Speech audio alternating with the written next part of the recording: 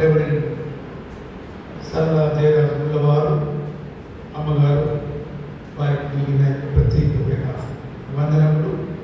సంఘ నాయకులు, సంఘ పెద్దలు, వయోవృద్ధులు, స్త్రీ పురుషులు, యవన బిడ్డలు, పిల్లలు, ప్రతి కుటుంబము, ప్రతి ఒక్కరిని మీరు ఈ సంఘంలో సభ్యులుగా ఉన్నారని ఇచ్చి సేవకులంగా మా బలం మీరే, మా బాధ్యత మీ కొరికి. మనమందరము దేవుని వారు. ఆలోచన చేయండి. మీరు మేము ఎవరము అంటే ఎవరమో, కానీ క్రీస్తులో ఒకటి. We are one in Christ. Otherwise we are nothing. We are different. ఇందులో ఏమి కాదు. క్రీస్తు చేత మనం ఒకటైనా అది ఆనందం, అది మన బలం, మన బలగం కూడా అది. నా జీవితంలో నాకు అన్నలు లేరు, నాకు తమ్ముడు లేరు, నాకు అక్కలు లేరు, నాకు చెల్లెలు లేరు. నా చిన్ననాడే నాన్నగారు లేరు. చిన్ననాటి నుంచి అమ్మ అంతే. మా బంధువులు అక్కడిక్కడ వారందరూ కూడా హిందూ బ్యాక్గ్రౌండ్. ఇప్పటికీ కూడా చాలా అమ్మగారు, వారి బలగం అంతా కూడా హిందువులే. వారికి అమ్మ లేరు, నాన్నగారు లేరు. కానీ గత 30 సంవత్సరాలు దాటిన ఈ సేవలో ఉన్నాం. మాకు ఎవరు దేవుడిచ్చిన సహోదరి సహోదరుడు, తల్లులు తండ్రులు ఆత్మీయంగా ఎవరు అంటే సంఘం. మీరే మా ఆనందం, మీరే మా బలం, మీ కొరకే మా బాధ్యత. దేవుడికి నేను కృతజ్ఞత వందనములు. ఈ దినం మీతో పాటు ఆరాధించే భాగ్యం, దేవుని వాక్యం పంచుకోవడం, ఇది దేవుని ఏర్పాటు, ఇది దేవుని కార్యం. ప్రియమైన వాళ్ళారా, పరిశుద్ధాత్మ దేవుడు మన మధ్యలో ఉన్నాడు. ఆయన ఉన్నాడు ఇక్కడ. Is with us. Very spirit of God amongst us. ఆయన మన మధ్యలో ఉన్నది. సంచరిస్తూ ఉంటాడు, ఆశీర్వదిస్తుంటాడు, వినే బుద్ధి ఇస్తాడు, మాట్లాడే మాటలు మనసు ఇస్తాడు, మన హృదయంతరం కూడా ప్రేరణ కలిగిస్తాడు. ఒక డెసిషన్ చేసుకొని ఆలయం నుండి బయటికి వెళ్ళే విధంగా దేవుడు కార్యం చేస్తాడు. ఆశీర్వదిస్తాడు, ముట్టుతాడు, కన్నిటిని తోడుస్తాడు, స్వస్థపరుస్తాడు, ప్రార్థనలు ఆలకిస్తాడు. ఉరికిని వచ్చి కూర్చున్న సమయం వ్యర్థము కాదు. దేవుడు తన కార్యం చేస్తాడు. ఈ దినం మీరు ఏ ఆలోచనతో పెట్టి వచ్చి ఉన్నారు, మీ హృదయ స్థితి ఏ విధంగా ఉందో, మీకు ఏది భారంగా ఉందో, ఏ పరిస్థితుల్లో మిమ్మల్ని దుఃఖపరుస్తున్నాయో, ఏ మనుషులు, ఏ స్థలం మీ జీవితాన్ని అనగదొరికే పరిస్థితి, సంతోషమే లేకుండా ఆ అంశం అంటే, ఆ మనిషి అంటే, ఆ విషయం అంటే అమితమైన దుఃఖం కలిగే విధంగా ఉందో, ఆ స్థితిని పారదోలగల శక్తి గల ప్రభు మన కొరకు శిలువ రాళ్ళపై చనిపోయేవాడు. ఎంత గొప్ప దేవుడు! ఈ దినం మన అంశం ఏమిటంటే, I am the door, the gate. I am the gate, I am the door. తెలుగులో నేనే ద్వారమును. చక్కగా బైబిల్లో ఉన్న మాట ఇది. నేనే ద్వారము. ద్వారము అని కంటే మనకు తెలుగు కంటే ఇంగ్లీష్ ఎక్కువ అర్థమవుతుంది. ద్వారం తెరువు అంటామా, డోర్ తెరువు అంటాము. ఇంగ్లీష్లో నేను మాట్లాడతాను. డోర్ అంటేనే మనకి ఎక్కువ. I am the door, I am the door. ఎవరు? యేసు క్రీస్తు ప్రభు అంటున్నాడు. నోరు తెరిచి మాట్లాడుతున్నాడు, నేను ద్వారమును. Jesus says that I am the door. ఆయన డోర్ అన్నాడంటే మనకి డోర్ ఏదో తెలియాలి. ఆయన ఎందుకు అన్నాడో తెలియాలి. మరి ఊరికి నేను తెలుసుకోకుండా ఉంటే ఎలా? మరి యోహాను సువార్తలో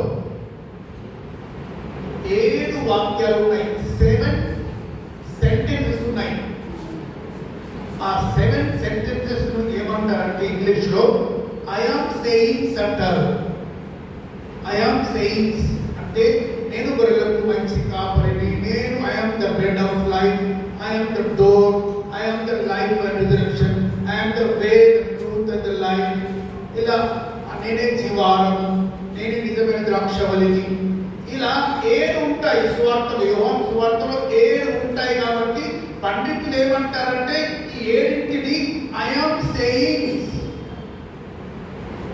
యేసు ప్రభు చెప్పిన ఐ యామ్ సేయింగ్స్ ను ఒక వేదాంతపరమైన ఉద్దేశంతో ధ్యానం చేస్తారు. అందుకనే ఈ 6 శుక్రవారాలు ఉంటాయి. కాబట్టి నేను ఆలోచన చేసి ఏం చేసినామంటే ప్రతి శుక్రవారం మన అన్ని చర్చెస్ లో ఒక్కొక్క ఐ యామ్ సేయింగ్ గురించి మాట్లాడుకోవాలి. ఈ దినం కేపీహెచ్పిలో కూడా ఇదే, సంగత్ నగర్లో కూడా ఇదే, ఇక్కడ కూడా ఇదే. I am the door, I am sayings. I am నేను, నేనే. భూమి మీద ఐ యామ్ నేను అని చెప్పగలిగిన శక్తిమంతులు ఎవరు లేరు, ఉండరు, ఉండకూడదు. గాడ్ అలోన్, దేవుడు మాత్రమే, యేసు ప్రభు మాత్రమే చెప్పగలడు. చెప్పాడు, నేను ద్వారమును, నేను జీవారమును, నేనే గొర్రెలకు మంచి కాపరిని. నేను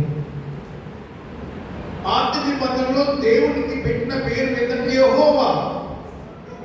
హీబ్రూలో యావే, యావే అనే మూల అర్థం ఐ యామ్. మోషేకు ఆ కొండ మీద ప్రత్యక్షమైనప్పుడు దేవా ఎవరు నీ పేరు ఏంటంటే దేవుడు ఏమంటాడు, నేను ఉన్నవాడను, మనవాడై ఉన్నాను. I am that I am. నేను ఎవరు అంటే ఐ యామ్. ఆ యెహోవా ఐ యామ్, యావే ఐ యామ్, నేను. ఆ దేవుని పేరే ఐ యామ్. నేను అనే పేరే దేవునిది. ఆయన మాత్రమే దేవుడు అని చెప్పగలడు. కాబట్టి ఏ విషయంలో ఉదాహరణకు I am minister in charge, I am so and so లేదు. I am manager, I am supervisor, I am leader. No. It is God alone. He says that I am. మన I am ను పనిచేయండి. I am అని ఈరోజు అంటాను, రేపు మాయమైపోతాడు. నా I am ఏంటి పనిచేయండి. కాబట్టి I am. గ్రీక్ లో ఐ యామ్ అనేదానికి ఎగో ఐనే అని అన్నారు. గ్రీక్ బైబుల్ అక్కడ రాయబడింది ఏంటంటే ఐ యామ్ అనే దగ్గర ఎగో ఐనే అంటే అన్నిటిలో సర్వశక్తి సంపన్నుడైన నేను అని అర్థం. నేను అని చెప్పడంలో బలం, సర్వశక్తి సంపన్నత కలిగినటువంటిది. ఊరికి నోటి మాటతో కాదు, కానీ అన్నిటినీ చేయగల సమర్థత. ఆదిను అంతము ఉన్నవాడు ఆయన. డోర్ అనేది తెలుసుకోవాలి. దేనికి డోర్ ఆయన? దొడ్డికి, గొర్రెల షీప్ ఫోల్డ్ ఉంటుంది కదా, గొర్రెల దొడ్డి. ఆ ద్వారానికి చూపెడుతూ నేనే ద్వారం అన్నాడు. సంఘములకు సంబంధించిన అంశం ఇది. Very much related to the congregation community. గొర్రెలు దొడ్డి,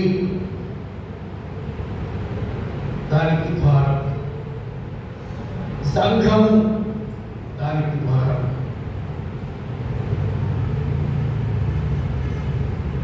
పాత నిబంధనలో ఆ రోజుల్లో ఇశ్రాయేల్ దేశంలో వారి వృత్తి ముఖ్యమైనది ఏంటంటే గొర్రెల కాపరులు. వారికి పశువులు ఎక్కువగా ఉండినాయి. అబ్రహాము మొదలుకొని అంత పశువులే వారికి. గొర్రెల కాపరులు వారు. గొర్రెల కాపరే రాజు అయ్యాడు. ఎవరండి? దావీదు. గొర్రెలు కాస్తుంటే అడవిలో ఉండగా పిలిచినాడు. కాపరి రాజు అయిన పరిస్థితి. గొర్రెలు గ్రామం అంతటికి ఒక ఆ విలేజ్ ఉంటే విలేజ్ అంతటికి ఒక దొడ్డి ఉంటుంది. ఆ రోజులు ఉండేది ఒక గ్రామం ఉంటే గ్రామం అంతటికి ఒక దొడ్డి, అంటే గొర్రెలు నివసించే స్థలం. అది స్ట్రాంగ్ కట్టబడి ఒక డోర్ ఉండి ఆ డోర్కు తాళం వేసి అక్కడ ఒక ద్వారపాలకుడు ఉండేవాడు. షెపర్డ్ వేరే, గేట్ కీపర్ వేరే. ద్వారపాలకుడు, కాపరి. గొర్రెల కాపరి ఒక ఆయన, ద్వారపాలకుడు ఒక ఆయన. ద్వారపాలకుడు అంటే రాత్రుల్లో ఆ గేట్ దగ్గర ఉండి కాస్తూ ఉండేవాడు. మేలుకొని నిద్ర పోకుండా మేలుకొని ఉండాల్సిన ద్వారపాలకుడు, గేట్ కీపర్. ఆ గ్రామంలోని అన్ని గొర్రెలు అందులో ఉండేవి. అన్ని గొర్రెలు క్షేమము భద్రత అక్కడ చూసుకోవాల్సింది ఆయనది. ఇది గ్రామములు. ఈ గొర్రెలను అడవికి తీసుకుని వెళ్ళి కొద్ది రోజులు అక్కడే కాపరి అడవిలో వాటికి జీవనం కొరకై అడవిలో మేపేవారు. నెలల తరబడి అక్కడ ఉన్నప్పుడు అక్కడ ఒక చిన్న ఫెన్సింగ్ వేసి ఆ గొర్రెలను అందులో పడుకోబెట్టేవాడు కాపాడు. కానీ దానికి డోర్ ఉండేది కాదు.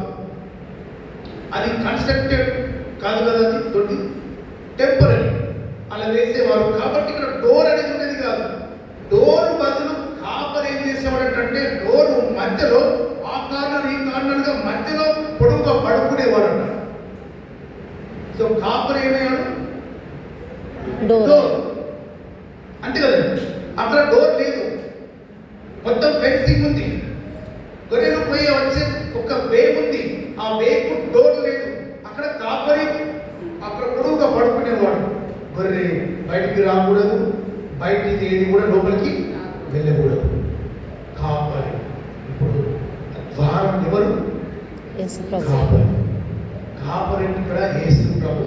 అందుకే నేనే ద్వారం అంటే యేసు ప్రభు ఏంటంటే ఐ యామ్ ద డోర్ అంటే ఆయన అక్కడ ఉన్నాడు. బయటికి లోనికి రావు, లోనికి బయటికి వెళ్ళవు. ఆ ద్వారం ఆయన పడుకోవడం ఏంటంటే దేని అర్థం అంటే సిలువ. సిలువ సాతాను బంధకాల నుండి, మరణకరమైన శాపగ్రస్తమైన జీవితంలో నుండి మనల్ని రక్షించి దేవుని ప్రజగా చేసి ఆ దొడ్డిలో ఉంచి కార్యం కొరకై మనకు పాపము మధ్య ఆయన శిలువ వేయబడ్డాడు, చనిపోయాడు, రక్తం చిందించాడు. శిలువ యేసుక్రీస్తు ప్రభు మరణానికి ముందు వరకు వాట్ ఈస్ క్రాస్ అని అంటే ఆబ్జెక్ట్ ఆఫ్ లైఫ్ టేకింగ్. యేసుక్రీస్తు ప్రభు వరకు శిలువ ఏమిటి అనగా ప్రాణం తీసే శిలువ. అది నరహంతకులను, క్రిమినల్స్ను, దోషులను ఏం చేసేవారంటే చంపేవారు. నేరము చేసినందుకు మరణం విధించేది శిలువ. No excuse. తప్పు చేశాడు కానీ మళ్ళీ క్షమాపణ లేదు. తప్పు చేసినందుకు మరణమే ఉంది కానీ జీవితము లేదు. ఆ శిలువ ఏం చేస్తుందంటే మనుషులను చంపుతుంది.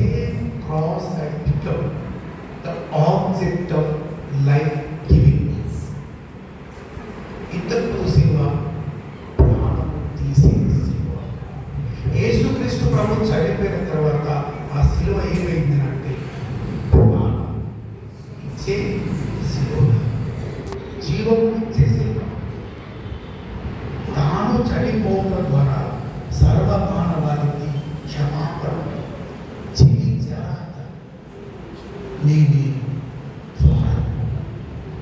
I am the door.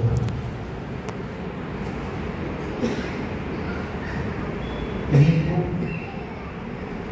ఈ పాపలోకానికి మధ్య యేసయ్య నీ కొరకై ఒక డోర్గా ఉన్నాడు. He is the door. He says that I am the door. ఆ డోర్ ఏం చేస్తుంది అంటే 3 పనులు చేస్తుంది. డోర్ ద్వారా ఒకటి ప్రవేశం, రెండవది రక్షణ, మూడవది లెక్క. మొదటిది ఏంటిదంటే ప్రవేశం. డోర్ ఏంటంటే అందరినీ ఆహ్వానిస్తుంది. మన ఇంట్లోకి డోర్స్ ఉన్నాయి. మెయిన్ డోర్ తీసుకొని ఏం చేస్తాం, అందరం ఎవరు వచ్చినా కూడా ఆ డోర్ గుండానే లోపలికి వెళ్తాం. అనేకులను ఆహ్వానించేది ఆ ముఖ ద్వారా చేర్చుకుంటుంది. డోర్కున్న విలువ ఏంటంటే ఆహ్వానించేది, చేర్చుకునేది.